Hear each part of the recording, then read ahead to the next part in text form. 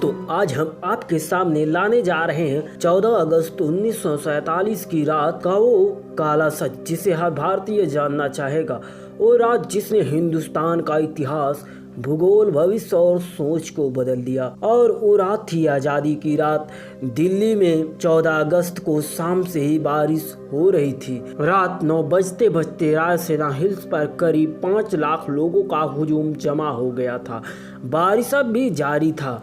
रात को करीब 10 बजे सरदार पटेल, जवाहरलाल नेहरू, डॉक्टर राजेंद्र प्रसाद और माउंटबेटन वाइसरॉय हाउस पहुंचे। 14 अगस्त 1947 की रात 12 बजने में कुछ ही मिनट बाकी थे। तब पंडित जवाहरलाल नेहरू ने 2 लाइनें कहकर अपना प्रवचन शुरू किया। At the stroke of the midnight hour, when the world sleep, India will awake to life and freedom. चंद ही मिनटों में 12 बजे और 15 अगस्त का ये दिन खुशी लेकर आया। 190 साल बाद भारत ब्रिटिश हुकूमत से देश स्वतंत्र हुआ था, लेकिन उस खुशियों के साथ साथ उतना ही बड़ा गम था, क्योंकि भारत ने अपना 3,46,737 स्क्वायर किलोमीटर का पूरा विस्तार और करीब 8 करोड़ 15 लाख लोगों को एक ही रात में गंवा दिए थे।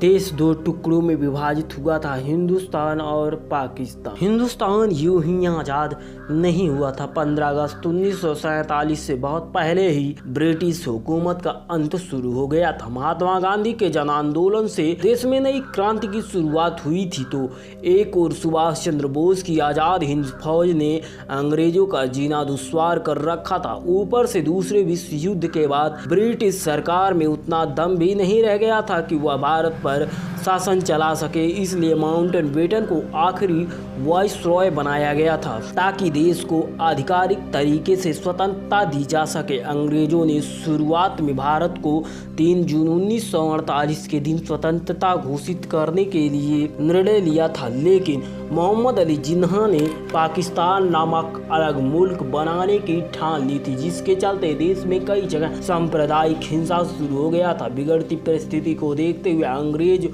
को हो सके जितना जल्दी स्वतंत्र राष्ट्र भारत को घोषित कर देना चाहते थे, क्योंकि अंग्रेजों को भी भारत को एक टुकड़े में नहीं बल्कि 2 टुकड़ों में विभाजित करना ही था। स्वतंत्रता के लिए दिन 15 अगस्त को ही क्यों चुना गया? तो जैसा कि इसमें हम भारतीय ही शुभ और अशुभ नहीं मानते थे, बल्कि अंग्रेज भी उतना ही मानते थे। माउंटबेटन मानता था कि 15 अगस्त का दिन शुभ है, क्योंकि 15 अगस्त 1945 के दिन ही जापान ने शरणागति स्वीकारी थी और इसके ऑफिशियल साइंस 2 सितंबर को हुई थी। इसलिए माउंटबेटन के अनुसार 15 अगस्त का दिन मित्र राष्ट्रों के लिए शुभ था। तो फिर रात 12 बजे के रात को ही क्यों तय किया गया था?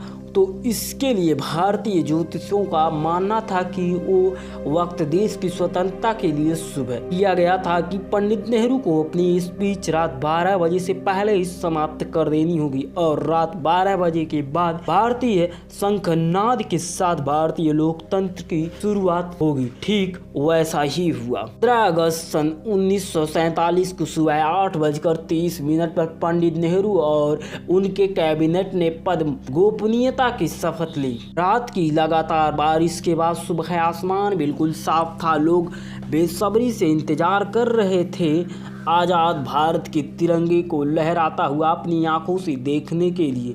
देश के तिरंगे को सबसे पहले जवाहरलाल नेहरू ने रात को 12 बजे ही पार्लियामेंट सेंट्रल हॉल में लहराया था और दूसरी बार सुबह 8:30 पर भव्य राष्ट्रध्वज जनता के सामने ब्रिटिश राष्ट्रध्वज को उतार कर लहराया गया था। देशवासियों की आंखों में खुशी के आंसू थे। आज़ादी के बाद 15 अगस्त के दिन ही एक साथ अंग्रेजों ने देश को नहीं छोड़ा। अंग्रेजों के कुछ आला अफसर भी कुछ समय तक अंग्रेज ही रहे।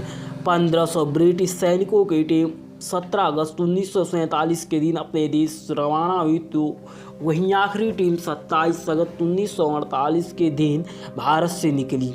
दोस्तों, ताजुब की बात यह है कि लुटेरे अंग्रेज हमारे देश के अतिथि बनकर आए हों, उस तरह से उन्हें विदा किया गया था। उनकी आखिरी फौज ने जब मुंबई की बंदरगाह से विदाई ली तब जॉर्ज पंचम को विदाई देने वाला गीत बैंडबाजी के साथ बजाया गया। 190 साल पहले भी अमीर चंद और मीर जाफर ने रॉबर्ट क्लाइव का ऐसे ही सम्मान किया था। और फिर क्या हुआ, फांसी का युद्ध और 190 साल की प्रतंत्रता, फिर भी हम भारतीय नहीं सुधरे। अतिथि देवो भव के सूत्र को या मंत्र को आज भी नहीं छोड़ते हैं हम, चाहे वह अतिथि देव तुल्य हो या हमें लूटने आया हो। दोस्तों आज के लिए इतना ही, और देश की स्वतंत्रता की इस कहानी को ज़्यादा से ज़्यादा शेयर करने की आपकी जिम्मेदारी है। और इस 15 अगस्त तक इसको ज़्यादा से ज़्यादा लोगों तक शेयर करें और इस वीडियो को हो सके जितना लाइक और कमेंट दे सके दे, और इस चैनल को सब्सक्राइब करें।